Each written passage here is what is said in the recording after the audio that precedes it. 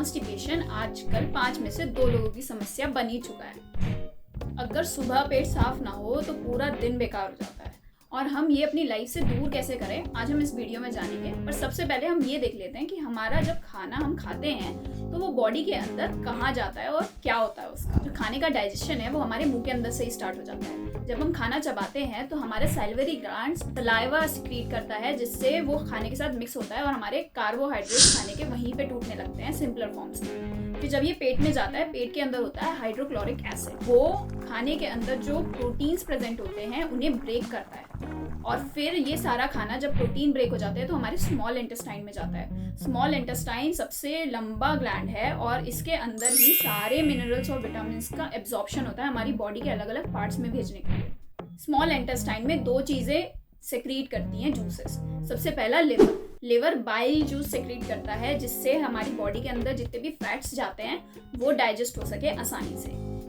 और दूसरा pancreas juices release करता है जो कि फैट्स, प्रोटीन और कार्बोहाइड्रेट्स तीनों चीजों को आराम से ब्रेक कर सके हमारी स्मॉल इंटेस्टाइन इसके लिए बनाता है। स्मॉल इंटेस्टाइन होता है, इसकी वॉल्स पे छोटी छोटी फिंगर लाइक प्रोजेक्शंस होती है, जैसे कि आप पीछे देख सकते हो। इसे हम कहते हैं विल्ली।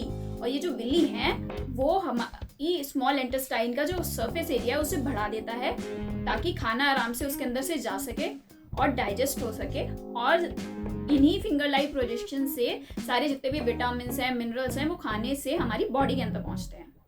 अब ये जो अनडाइजेस्टेड फूड बचता है ये लार्ज इंटेस्टाइन में जाता है।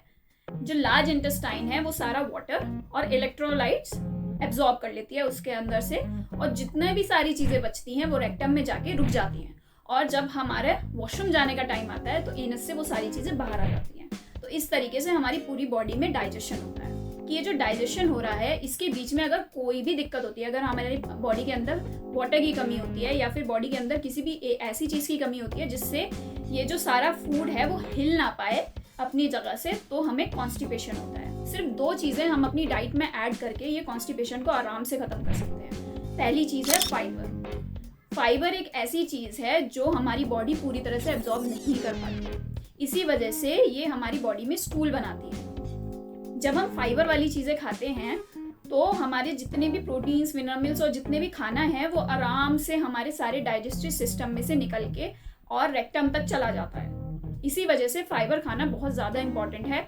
और यही एक वजह है, अगर आपको कॉन्स्टिपेशन है तो इसकी ये मेन वजह हो सकती है कि आप फाइबर कम खा रहे हैं। फाइबर बहुत सारी चीज़ों में होता है, एप्पल्स, बनानास, ऑरेंजेस, बहुत सारे तरीके के फ्रूट्स, बहुत सारे तरीके के vegetables, whole grains, oats, rice, nuts, seeds, barley and coconut, popcorn, बहुत सारी चीज़ों में फाइबर होता है।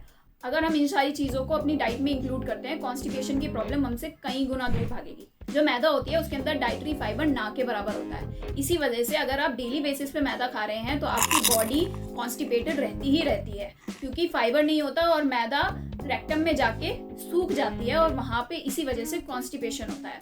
इसलिए मैदा को कम से कम खाना चाहिए। दूसरी चीज़ है पानी। अगर आप पानी बहुत अच्छी मात्रा में पिएंगे तो आपकी बॉडी में से खाना भी बहुत जल्दी रेक्टम तक पहुंच जाता है। और थर्ड चीज़ है कि अगर आप अपने नेचुरल अर्जेस को, अगर आपको वॉशरूम जाना है और आप नहीं जा रहे हैं तो उस टाइम पे रेक्टम में जितना भी स्टूल होता है वो सूख जाता है, डिहाइड्रेटेड हो जाता है। इसी वजह से कॉन्स्टिपेशन होता है। तो ये 3 चीज़ें हैं जिसकी वजह से मेनली कॉन्स्टिपेशन होता है। हम खाना खाते हैं ताकि हम बॉडी को मूव कर सकें, और हम पूरे दिन अगर हमारा बैठने का और लेटने का ही काम है तो हमारी बॉडी मूव नहीं करेगी, जिसकी वजह से खाना पचने में प्रॉब्लम होती है और कॉन्स्टिपेशन होता है। तो सिंपल तरीका ये है कि हमें कम से कम दिन में 1 घंटे की एक्सरसाइज तो ज़रूर करनी चाहिए, चाहे आप उसमें योगा करें, चाहे आप उसमें वेट ट्रेनिंग करें या किसी भी तरीके की कार्डियो एक्सरसाइज करें। और एक्सरसाइज करने के बाद भी हर 1 घंटे में थोड़ी सी छोटी छोटी वॉक लेनी ही है ताकि हमारी बॉडी मूव होती रहे और हमारे जो खाना है वो सही से पच सके। अगर आप इन सारी चीज़ों को फॉलो करते हैं तो अपनी लाइफ से कॉन्स्टिपेशन को बिल्कुल ख़त्म कर सकते हैं। इसी तरीके की और वीडियोस देखने के लिए please subscribe and thank you so much. Bye bye.